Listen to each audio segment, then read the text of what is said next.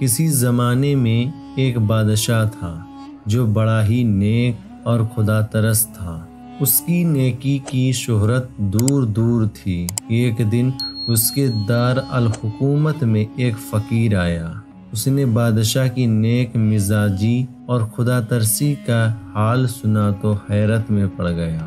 اس کی سمجھ میں یہ بات آتی ہی نہیں تھی کہ حکومت کا انتظام اور خدا ترسی ایک جگہ کیوں جمع ہو سکتی ہے۔ حکومت تو بڑی ہی دنیا داری کا مشغلہ ہے۔ یہی دیکھنے کے لیے وہ دور دراز کا پیدل سفر طے کر کے آیا تھا۔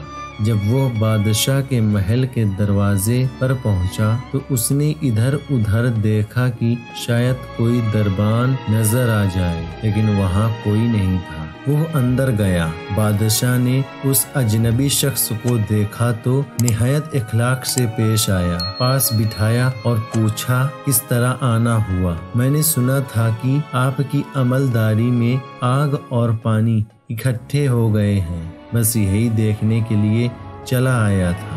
بادشاہ فقیر کا مطلب سمجھ گیا اور مسکراتا ہوا بولا، تو دیکھ لیا؟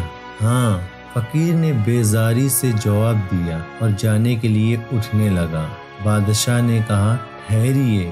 بادشاہ تیزی سے بولا، ابھی آپ نے نہیں دیکھا، ٹھہریے، میں دکھاتا ہوں۔ یہ کہہ کر بادشاہ نے سارے شہر میں اعلان کرایا کہ آج بیزار خواب سجایا جائے۔ ہمارا ایک مہمان آج بازار کی سیر کرنے نکلے گا۔ بادشاہ کے حکم کی دیر تھی، بس آنن فانن بازار سج کر دلہن بن گیا۔ بادشاہ نے فقیر کے ہاتھ میں پانی سے بھرا ایک پیالہ پکڑا دیا اور جلاد سے کہا، جاؤ انہیں پورے شہر کی سیر کرا دو اور جہاں کہیں پیالے سے ایک قطرہ بھی پانی کا زمین پر ٹپکے انہیں فوراً وہیں قتل کر دینا۔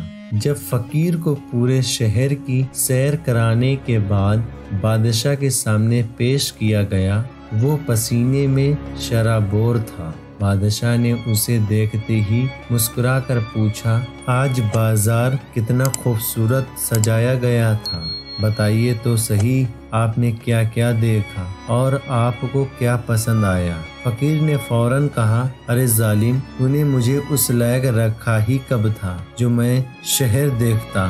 میں تو بس اتنا ہی جانتا ہوں کہ سر پر ننگی تلوار تھی اور آنکھیں پیالے کے پانی پر جمی تھیں۔ بادشاہ زور زور سے ہنسا اور کہنے لگا، کہیے اب بھی سمجھ میں آیا یا نہیں؟ یہ ہے آگ اور پانی کا کھیل۔ فقیر کے ہونٹوں پر تو جیسے تالا پڑ گیا۔ وہ آنکھیں پھاڑ کر بادشاہ کو دیکھنے لگا۔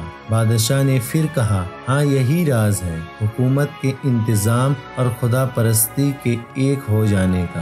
اگر خدا کا خوف دل میں ہوا اور اپنی ذمہ داری پر نظر جمی ہوئی ہو تو پھر دنیا کی کوئی دلچسپی تمہیں دین سے غافل نہیں کر سکتی۔ دین ذمہ داریوں کو پورا کرنے کا نام ہے۔